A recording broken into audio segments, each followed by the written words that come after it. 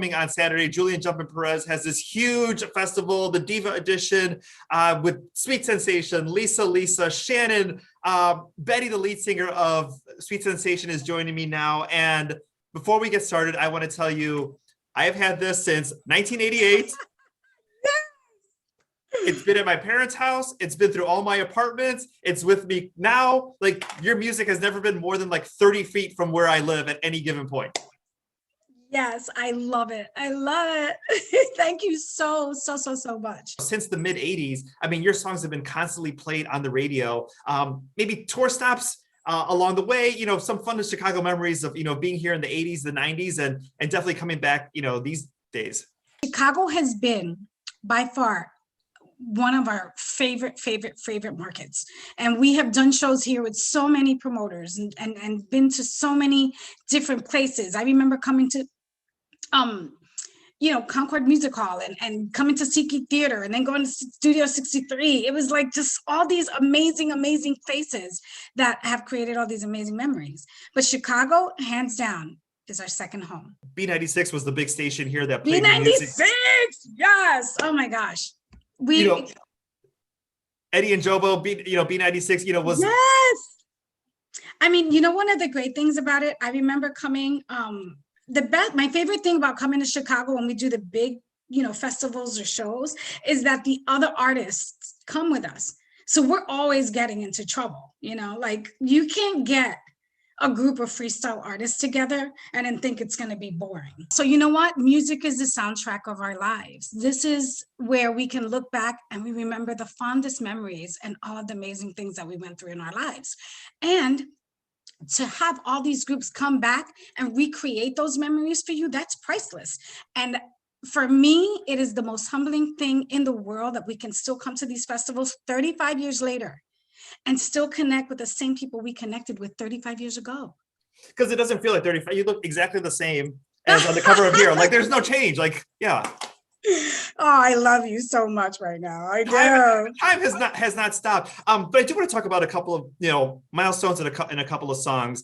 One of the craziest memories that I remember, you know, as a kid, which, you know, when you're 10, 11 years old and you hear a song for the first time, you necessarily don't know it's been remade, or you necessarily don't know that, like, someone else knows it.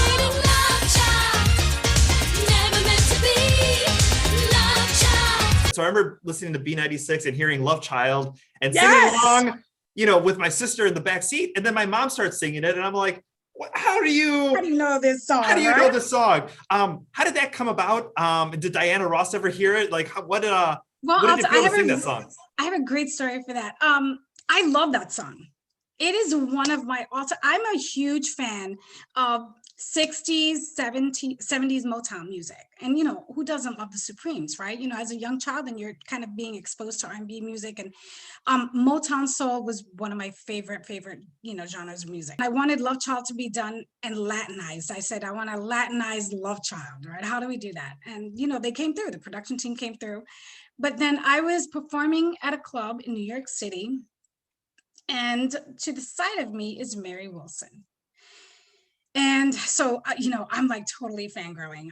I'm ready to pass out. There's Mary Wilson. And I start talking to her and I was like, you have no idea what this moment means to me right now. And she was the most amazing woman to talk to. And she says to me, girl, let me tell you a little story about your song. And I said, okay. She's like, my son comes home with this record. He's like, Ma, I got this really cool record. It's like my favorite song right now. Kevin, I'm going to play it for you. So he plays it for his mother. And his mother goes, son, let me tell you a little bit about this song. That is your mama's song. And she did it first. Okay. So no, it's not a new song. It's my song, you know? And she said she heard it and she loved it. And she gave it the thumbs up and her blessing. And I was on cloud nine for the next 25 years. If wishes came true, all the dreams tonight and love were real, I'd be holding you. I do want to chat a little bit about If Wishes Came True, because School Dances, I mean, that was a big song, 1990, #1 song, number 25 for the year. You know, there was some big competition, you know, Vogue and Poison from Belle Biv DeVoe and Hold On. You had from Mariah Carey, Janet Mariah- Jackson during that time. I mean, that was I think the best year for music in general. I mean, I love that year. I could listen to it Absolutely. all the time.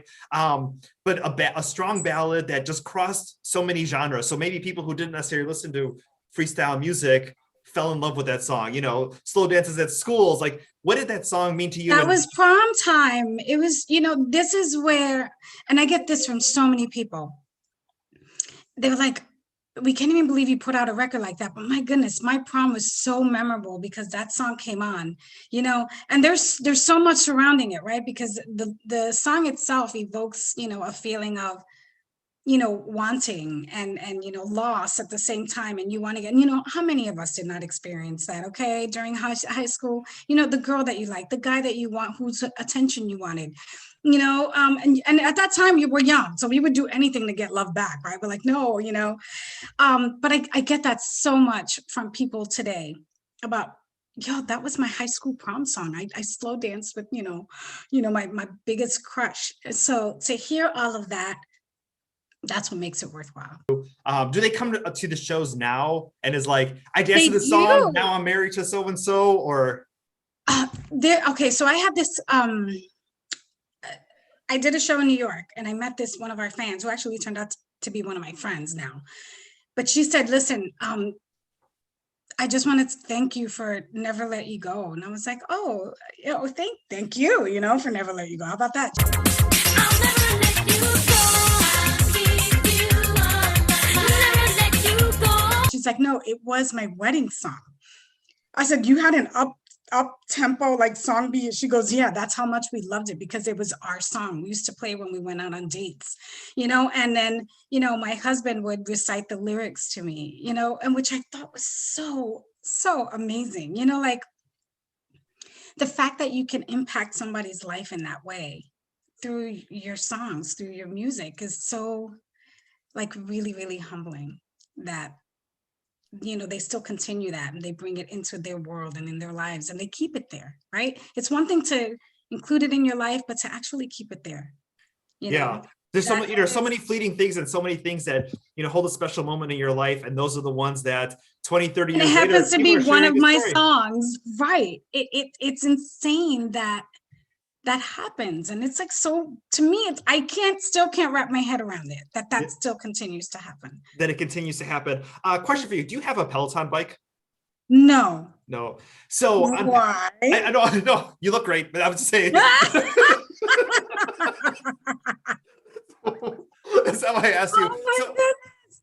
at Peloton, they have a whole bunch of different instructors and they have their playlist so you can choose 80s, 90s, whatnot to play on there. And there's one Okay. instructor, Dennis Morton, who has Hooked on You for like 3 of his rides. I'm hooked on you.